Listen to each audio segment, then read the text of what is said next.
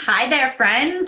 All right. It is the end of week 2 of the Living My Best Life Challenge. And I am showing up in your inbox on Monday morning with my reflection. And I am sitting here right now with my sheets from week 2 to just give you my personal reflection of where I'm at. And so I want to talk you through a few things that are on my heart, that are in my mind today, and let's just talk. So number one, let me tell you how I'm feeling at the end of week 2. I'm going to give you some advice. So it's the end of week 2, and I had one cocktail in the past 14 days, and that was on Friday night.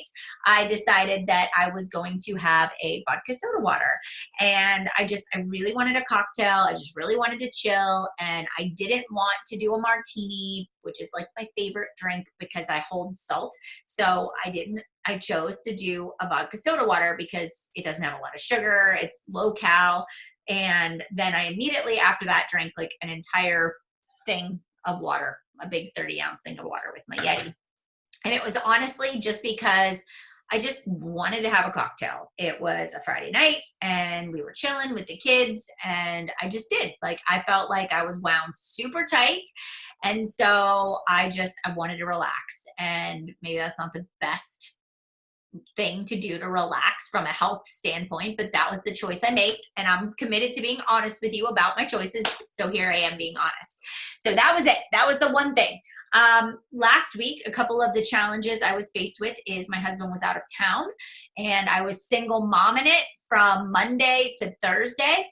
I had two really busy events that I hosted last week, and kids events, and then my son got sick. So I am so thankful that I did my planning and prep last Sunday, and Matt and I made we made turbo fire chili. We made some pork carnita meat. We got bagged salad mix and frozen green beans that I could throw in the microwave. We baked some sweet potatoes and baked potatoes and stuck those in the fridge. We cut up fruit.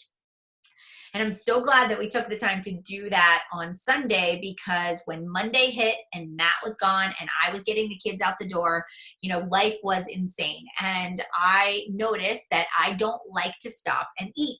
I don't like to cook anymore. So every night and every lunch, I was able to walk in, open the fridge, quickly heat up either the pork or the turbo fire chili, or make myself some eggs or have a shake. And I was able to stick to my nutrition because I had taken that time to prep ahead of time. So that was my saving grace. Tuesday, really long day, worked all day, had my last mentorship groups, and then I had about an hour and a half before I had to leave and go to an evening event. And for those of you that have been following along since day one, I've been talking about how important sleep is to me and my nutrition. And so I knew that it was going to be a wonky day. So I moved my Shakeology to dinner. So I drank that on the way to the event, and then I hydrated, because I knew that in order to be mentally clear for an evening event, I was going to need energy. But I didn't want to drink caffeine in the evening because it would affect my ability to sleep at night. So I had a midday cup of coffee. I drank my shake for dinner. And then I drank so much water that I got home at 10:30. I crawled into bed, and by the time my mom left and I sent her on her way, she was watching the kids, it was 11:30, which clearly is not honoring my living my best life goal of getting 7 hours of sleep a night. So I made the decision that Wednesday morning was a scheduled rest day. I was going to allow my body to sleep into 6. I also knew that I had to get up and I had to get my day going, and that if I could just get to Thursday, then I would be able to work in extra downtime so that I could honor my body and not throw myself into the ground. And so I pushed through. I was very tired on Wednesday. I was sluggish. I could tell my body just wasn't its best because of the fact that I had been out really late on Tuesday night. So I honored my body. I made sure that I ate enough food, and I drank my water, and I literally ate the same things every day last week. I didn't eat the cookies. I didn't eat the charcuterie tray. At the event on Tuesday night, I stuck to my plan. I came home, I had a beach bar, and fell into bed. All right, so here we go. You know, we're Thursday. Thursday night, my husband brings sushi home, so I ended up having some sushi, and so not 100% on plan, but not awful either. So that was fine. And then last night was Friday, and we did pretty good food wise. So let's talk a little bit. So I feel good. There were definitely some intense cravings I had this week. I should talk about that. So in order to handle my evening cravings, this is how I do it. So I will envision that the kitchen is closed, because that's really important to me. So I visualize the kitchen is closed, and the kids were eating pizza because I'd made them a homemade pizza.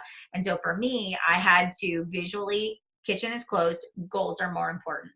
Then I made myself a mug cake. So it's Shakeology mug cake, and it is rich, it's dense, it's on my blog, melaniemitro.com, but you can pull that. And that's something I make at night, and it's like warm, and it's like a cup of cake. Chocolate cake is really what it is. And then I put almond butter in there, and it's just rich and creamy. And that helped me 2 of the evenings where I really was like jonesing for something sweet. So finding alternatives is really important when it comes to living your best life. All right. Okay.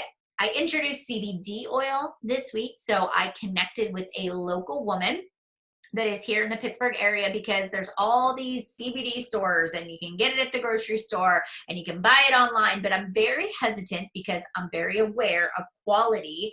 Like, I was super worried that if I got a bad quality, it wouldn't do what I wanted it to do. So there is a woman that I was recommended to, and this is her job, this is her life, and she has these CBD oil blends. And so I worked with her, got a blend. She sent it to me in the dropper format. And so she said, put it underneath of your tongue, and you just start with like 3 drops and work your way up to 5. So I started with 2 drops, and I put it in my coffee in the morning. So just 2 drops in my coffee in the morning, and then I would do it in the evenings. I would just put it in my water bottle, or I could put it underneath of my tongue. And so I'm not quite sure yet. I have noticed that I'm a little more calm, but I'm not sure if it's the CBD or because I don't have anything stressful at the exact moment going on, right? So I'll keep you posted on that. All right, the other thing is, this week I noticed that my focus was a little off. So I have a lot going on. I run 2 businesses. Life is chaotic. And I found myself just being sort of scattered with my thinking towards the end of the week. That is a sign that I have too many things going at one time. So I had to take a step back. I had to purposefully pause on that. And then I really had to say, what are the main things that I need to focus on? What is the one thing? So even though I have been doing this for 8 years, and I've been conditioning myself and my body and my life to be in a routine and take care of myself, it is so easy. If we aren't careful, our life can take over. And so I stopped. I said, what's the one thing? What is the one thing, Melanie, you're working on right now? What are the things you need to do to get there? And I allowed myself that pause, instead of just being busy, to get myself rooted and grounded in what's important. Okay, the last thing I want to share with you guys is this. We're going into the Thanksgiving week. We're going into a holiday, and that means so many temptations. So my piece of advice, and what I am doing, is I'm anticipating. I already anticipate what could potentially happen. So are you traveling? Are you going to be at multiple Thanksgiving dinners? Are you going to be on the road? Are you going somewhere where people don't value health and they aren't going to be cooking healthy meals? What are you going to do? It is not a free-for-all, and you don't have to chuck your goals to the wind during a holiday week, but you do need to go in with a plan.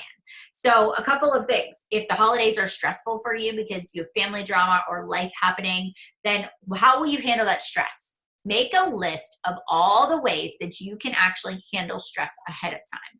So maybe you say to yourself, okay, when my mom throws that dig at me, I will not emotionally eat. I will, take 5 deep breaths, or put in my earbuds and do a 5-minute meditation, or I will go for a run, or I will drink a big glass of water, or I will call a friend. So come up with a list of things you can do when you start to get overwhelmed. Or maybe you say, oh my gosh, I have so many things that are going on in my life right now, and you're overwhelmed. Then stop. Make a list. What is the one thing you need to do right now? What can you say no to? And then let's get realigned. All right. So I want you to come into the week with a strategy. Going for Thanksgiving at a family member's house, ask what the menu is going to be. Ask what you can bring. Eat before you go. Go in with the mindset of, I'm going to actually make this a healthy Thanksgiving. And so I want to have my Aunt Sue's rolls, and I really want grandma's apple pie. And so I'm going to save all my carbohydrate containers. I'm going to do a cardio workout in the morning, and I'm going to enjoy within reason. I don't need to go back for seconds. I don't need to overdo it, but I certainly am not going to chuck it to the wind. When my family says, do you want to take home leftovers? I'm going to say, no, thank you, right? So it's like, I want you to think through what's actually going to happen now, so that when you get to the point where you're at those family gatherings, you already know how you're going to react. Being prepared is half the battle. All right. Okay. So here we go. We're going into week 3. We're also going into a holiday week. And I truly believe that we can live our best life. We can honor our bodies. We can allow ourselves purposeful rest. We can have a little bit of balance, but we got to release the pressure that we put on ourselves to be perfect. Let's keep it real. Let's keep it authentic. And let's make it a really amazing week. I have so much I could share, but I don't want to talk for 20 minutes. So we're going to be done right here. Okay. All right, guys, have a great week, and I'll see you guys soon. See you next week.